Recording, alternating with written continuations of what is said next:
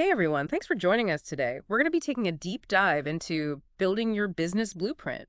Yeah, it looks like a pretty comprehensive guide. It does. And I'm particularly interested in getting up to speed on all the latest marketing and sales strategies, especially with how quickly things are changing in the business world these days. Oh, for sure. And I think this guide will be helpful for that. It covers a lot of ground, from understanding the business landscape to crafting a unique value proposition. And of course, you mentioned sales and advertising. And speaking of the business landscape, I noticed that the very first chapter really emphasizes the need for a detailed business blueprint. It even says that everyone on your team needs to be aligned, towards common goals. Why do you Mm. think that is? Well, it's kind of like having a roadmap for your business journey, right? If you don't have that blueprint, you're more likely to get lost along the way. That makes sense. So how does this blueprint help with making smarter marketing and sales decisions? Well, I guess you could think about it this way. If you're trying to reach a destination, you need to know where you're starting from and the best route to get there, right? Yeah. And your business blueprint helps you to define those things. It clarifies your target market, Hmm. your value proposition, your overall business Just goals. like laying the foundation for everything else. Exactly. But the world of business is constantly changing. So how does this guide address that? Well, that's where market research comes in, which the book dives into pretty deeply.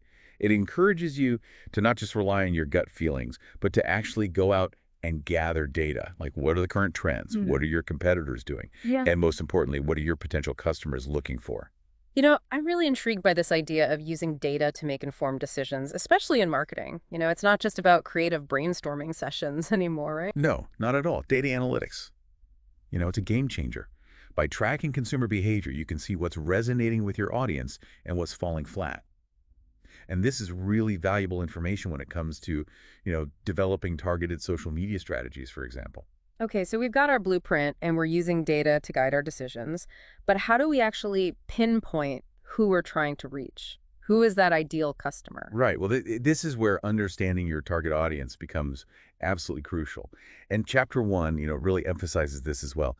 It's not enough to just say, I want to sell to everyone. Right. You need to get specific. What are their demographics? What are their pain points?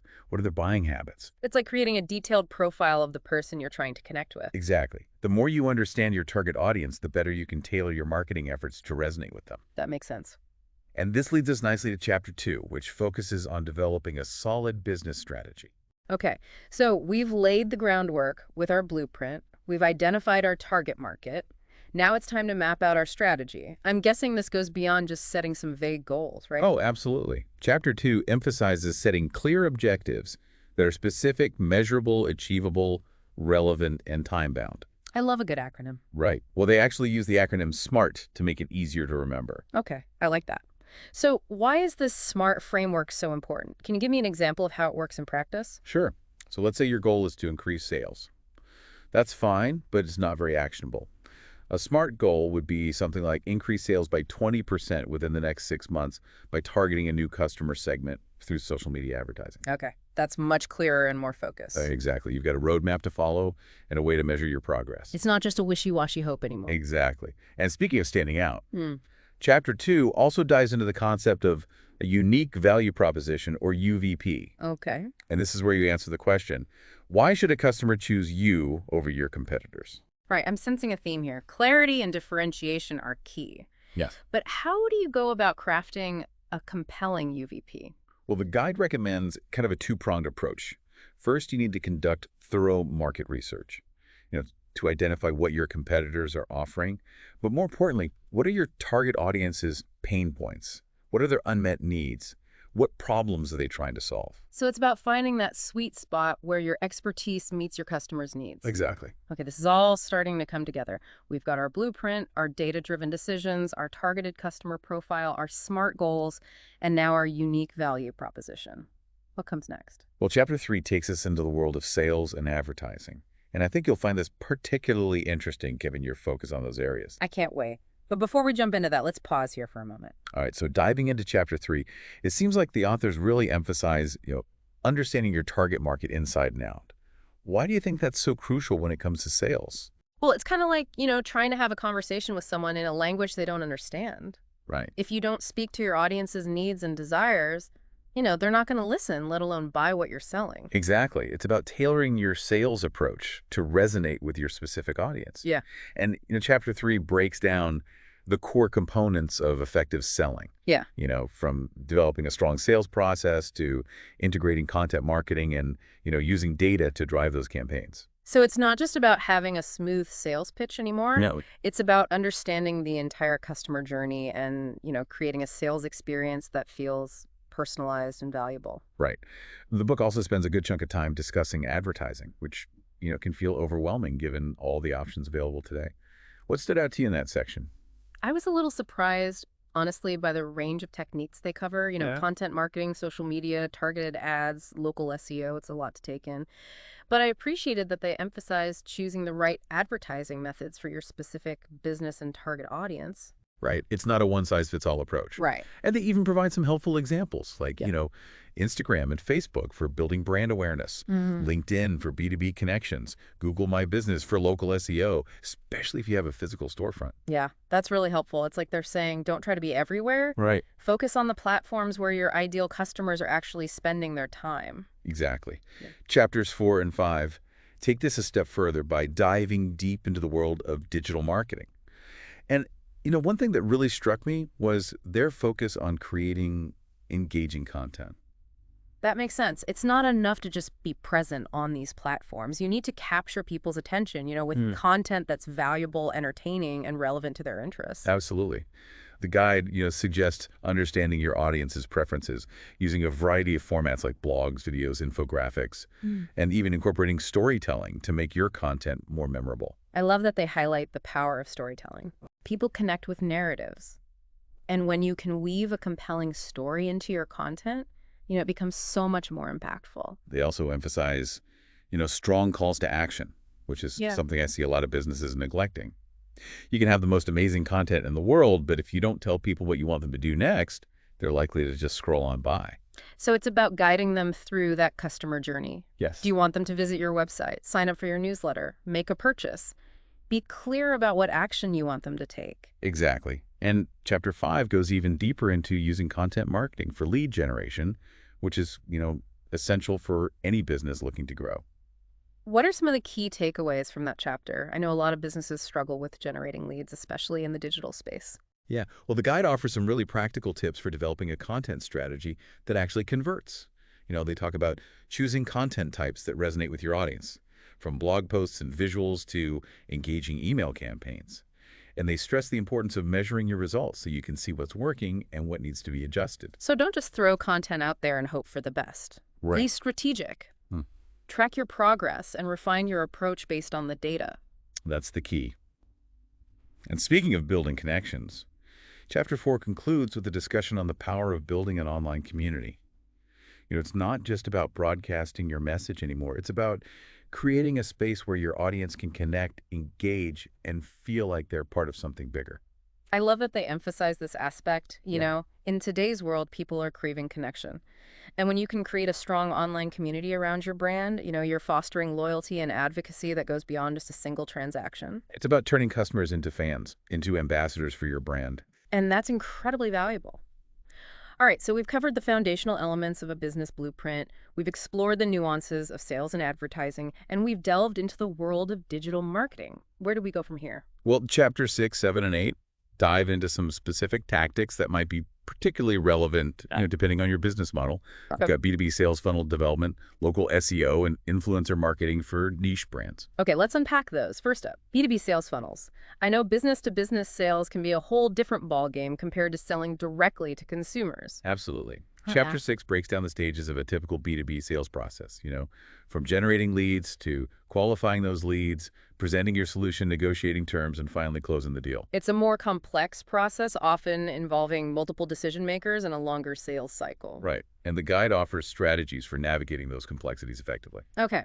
Then we have local SEO, which seems like a no-brainer for any business with a physical location. Especially in today's world of near-me searches. Right. Chapter 7 emphasizes the importance of showing up in those local search results.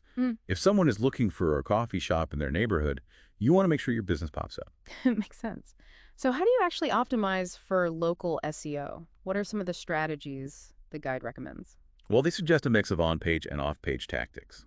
On-page SEO involves optimizing your website for local keywords, ensuring your business information is consistent across all platforms, and even using location-based keywords in your content. So it's about making it crystal clear to Google and other search engines where your business is located and what services you offer. Exactly. Off-page SEO involves building backlinks from other local websites, managing your online reviews, and leveraging Google My Business to its fullest potential. It's about creating a strong online presence that's rooted in your local community.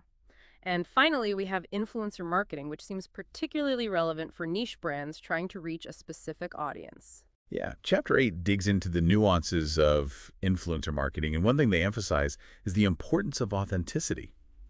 You want to find influencers who genuinely align with your brand values and resonate with your target audience.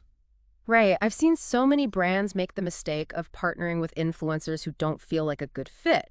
Yeah, It comes across as forced and disingenuous, and it can actually damage your brand credibility. consumers can spot a fake a mile away.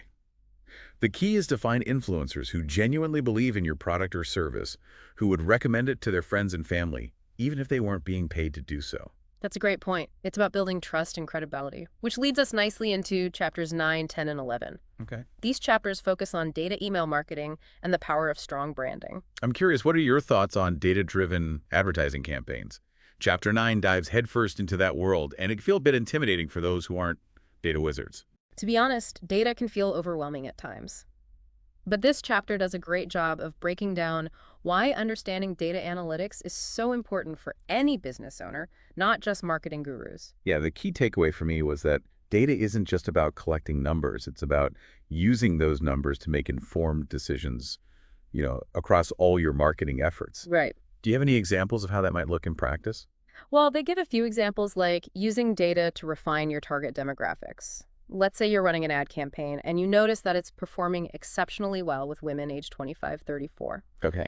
You can then use that data to focus your advertising budget on reaching more women in that age group. That's a great example. It's about making your marketing more targeted and efficient. And speaking of reaching your audience directly, Chapter 10 focuses on email marketing automation, which can be a powerful tool for driving sales.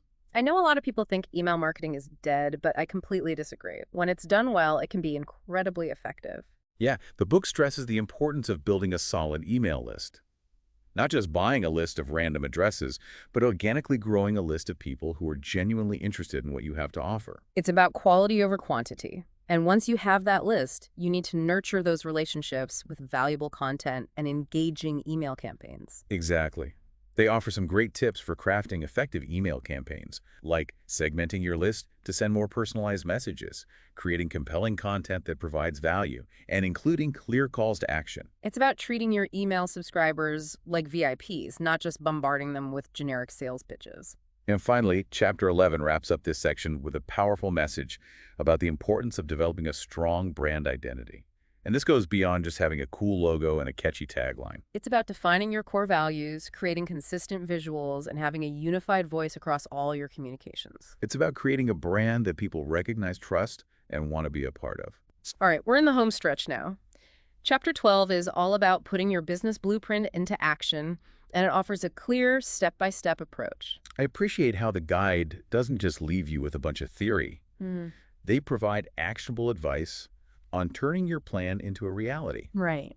What are some of the key steps they outline? Well, they start by emphasizing the importance of action planning and implementation. Yeah. It's not enough to just have a plan on paper. You need to actually put it into motion.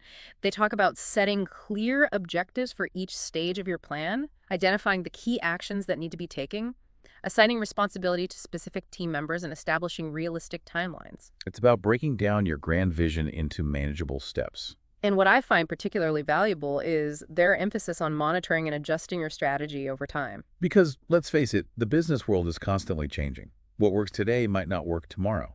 So flexibility and responsiveness are key. Precisely. They encourage you to stay curious, to experiment, and to never stop learning and adapting. It's like they're saying, your business blueprint isn't set in stone. It's a living document that should evolve along with your businesses. Exactly. Embrace the ever-changing landscape and be prepared to pivot when necessary. It's been quite a journey through this guide. We've covered a lot of ground, from laying the foundation with a solid business blueprint to exploring specific marketing and sales tactics. But before we wrap things up, I'd love to hear your final takeaway. Is there anything that particularly resonated with you from this deep dive? It feels like we really, unpack the essence of building a successful business, Hmm. from crafting a unique value proposition to mastering sales and advertising techniques. Yeah, it's been a lot of information. What really struck me, though, was the emphasis on the ever-changing nature of the business world. Yeah. The guide doesn't just give you a static set of rules. It encourages continuous learning, experimentation, and adaptation. Yeah, it's like they're saying don't be afraid to try new things, to make mistakes, and to constantly evolve your strategies. Exactly. That really resonated with me because it's so true in today's fast-paced environment. Hmm. Um, what about you? Was there anything that particularly stood out to you during our deep dive? I think what I'll take away from this is the power of building a strong, authentic brand. It's not just about selling a product or service, it's about creating a brand that people connect with on an emotional level. That's such a crucial point. Yeah.